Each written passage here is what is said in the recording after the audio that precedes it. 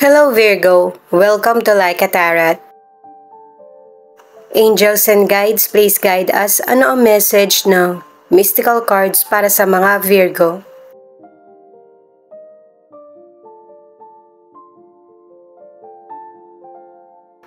Empowerment.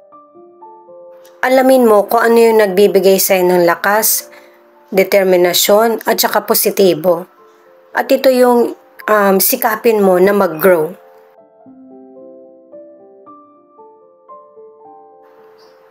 Truth. Isa sa pinakamahirap na decision or situation ay yung pagharap sa katotohanan.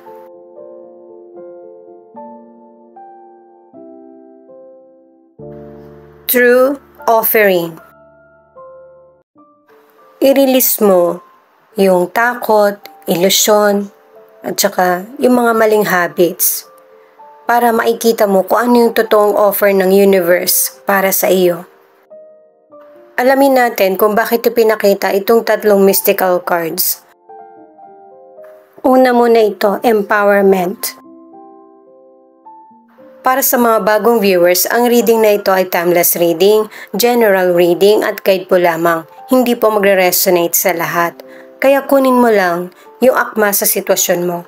At kung kailan mo napanood ang reading na ito, yun ang start ng 1-week reading para sa'yo. Ikaw na bahala magpalit. Kung si person mo ito o ikaw. Angels and guides, please guide us. Ano ang ibig sabihin bakit pinakita ang tatlong mystical cards para sa mga Virgo? King of Pentacles, the Death, Knight of Cups.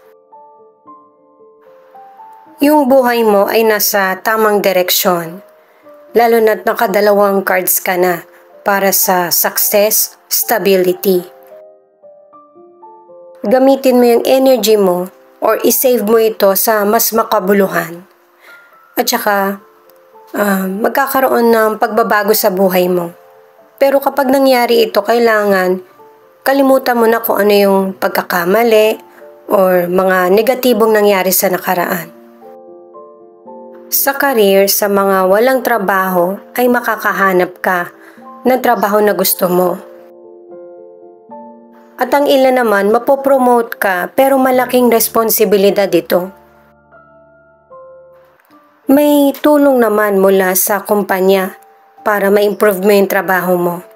Pero meron pa rin po na mula sa mga katrabaho. At yung promotion na makakamit mo ay may malaking ambag para sa pagbabago ng buhay mo. Ang ilan, hindi na sumasapat yung kita mo kaya nag-iisip ka ng extra income or magtayo ng negosyo. Para sa mga nasa relationship, ang advice ng mga cards ay sabihin mo yung katotohanan sa person mo. Lalo na kung may problem or hindi ka masaya. Para pareho nyo itong ayusin. Hindi kasi makakabuti yung paulit-ulit na pagtatalo o kaya yung pagtatanim ng sama ng loob. Para magkaroon ng clarity, matahimik yung isip nyo, magkaroon ng positive na pagbabago at saka mapatibay yung relasyon nyo. Truth na card naman ang alamin natin. Sa mga single, may potential person na mamahalin ka anuman ang pagkatao mo. At ito yung magpapabago sa pananaw mo patungkol sa love. Ang ilang single, maybe ikaw ito o kaya potential person na meron talagang totoong nagugustuhan. Pero mas maigi na sabihin mo ito para hindi mo pagsisihan na hindi mo nasabi. Mukha kasing nakakaramdam yung person na nagugustuhan mo. 4 of Wands, 7 of Wands at 6 of Pentacles. Nakatatlong cards ka na para sa tagumpay at saka pinapakita rin dito yung empowerment na katulad na nabanggit ng mystical cards, yung determinasyon. na pinaninindigan yung mga tama na pinaniniwalaan. At saka ang ilan sa inyo, napaka mapagbigay mo. Hindi lang naman yan patungkol sa financial, kundi sa kaalaman mo at saka sa oras. Sa financial, okay naman kasi ang ilan sa inyo, magaling ka magplano. Dalawang cards na yung nagsasabi niyan na wise ka sa paggamit ng kinita mo. At saka may mga Virgo na tumutulong sa kapwa na walang kapalit kahit sa Diyos. Kaya kahit hindi mo hintayin, babalik sa iyo yung magandang nagawa mo sa kapwa. Ang ilan sa inyo na nasa relationship ay masaya at payapa na nagsasama. Marami din kayong aatinan ng person mo na party, event, o kaya pagsasalo-salo. Mas lalo kayong magiging close. Ang ilan na nasa relationship, hindi mo na kasalanan kung yung person mo ay charming, kaya meron talagang magkakagusto. Pero imbis na pagselosan mo yung nagkakagusto, mas pagtibayin nyo ng person mo yung relationship nyo. Itong true offering naman ang alamin natin. Iwasan na magsisihan, at saka pag-usapan yung takot, at saka yung makakabuti sa relasyon. Tatlong cards na yung nagsasabi na maganda yung relationship nyo, maayos. Kaya dito ka dapat mas mag-focus.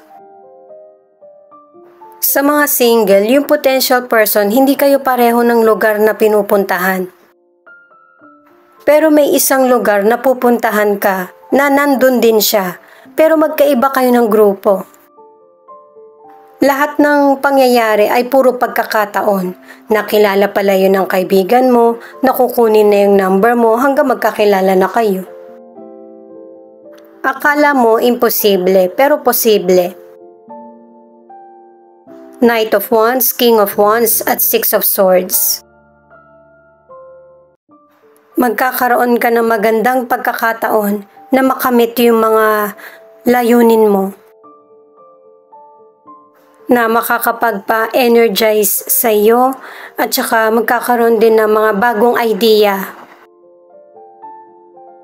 At pipiliin mo na masarapin yung buhay mo sa present.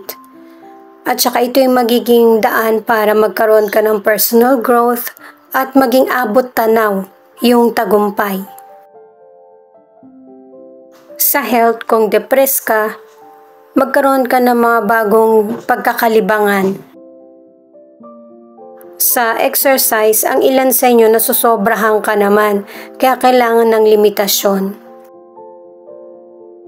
Ang ilan sa inyo ay good health. Kung meron ka mang illness, ma-overcome mo din ito at magiging healthy ka rin soon. Ang ilan sa inyo na nasa relationship, bukod sa happy at saka kontento kayo sa isa't isa ng person mo, marami ka pang malalaman sa kanya. Ang ilan sa inyo na nasa relationship, may emotional maturity at saka nirerespeto nyo rin yung space sa relasyon. Kahit na magkaiba kayo ng schedule o magkaiba kayo ng opinion ng person mo, makipag-communicate pa rin. Yun yung pinaka-importante para magiging strong ang relationship nyo. Kasi naka-tatlong cards ka na kailangan maging close kayo sa isa't isa ng person mo. At saka meron ding relasyon na tanggap kung ano yung weakness ng person, kaya tahimik yung relationship nyo. Ang ilang single dahil na rin sa pagiging confident mo, may mga potential person na nagkaka-interest sa iyo, na makilala ka. Sa ilang single, yung potential person ay darating sa tamang panahon. Kaya para sa ilang single, hindi mo kailangang magmadali na magkaroon ng relasyon or mag-settle down. Dalawang cards na yung nagsasabi niyan. Ang bottom of the deck naman ay The Magician. Ipinapakita ng card na ito na ready ka na para sa next chapter ng buhay mo. Kung patungkol man ito sa career, sa business, or sa love life. Confident ka at saka ginagawan mo ng aksyon yung goals na gusto mong makamit. Itong The High Priestess ay nakadalawang cards ka na maninindigan ka sa mga pinaniniwalaan mo. At ito yung magbibigay ng yung bang katuparan sa mga pinapangarap mo. Kaya ipagpatuloy na maging patient at mag-focus sa mga importante. Itong Ten of Wands naman ay paalala sa iyo na kahit sunod-sunod yung mga oportunidad or magiging busy ka, mas i-priority mo pa rin yung time mo sa sarili mo para hindi maapektuhan yung emosyon mo. Kasi ang ilan sa inyo madadala mo sa bahay yung mga iniisip mo or problem sa trabaho. Kaya hanggat maaari, relax lang, maging kalma. Doon ka sa person mo mag-energize. Or sa family o kaya sa pet mo.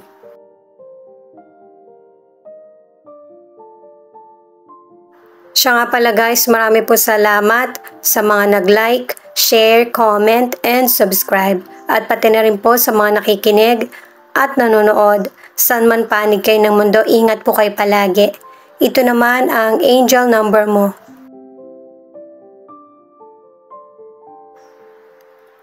444. This is a sign your angels got your back. Good news is on the way.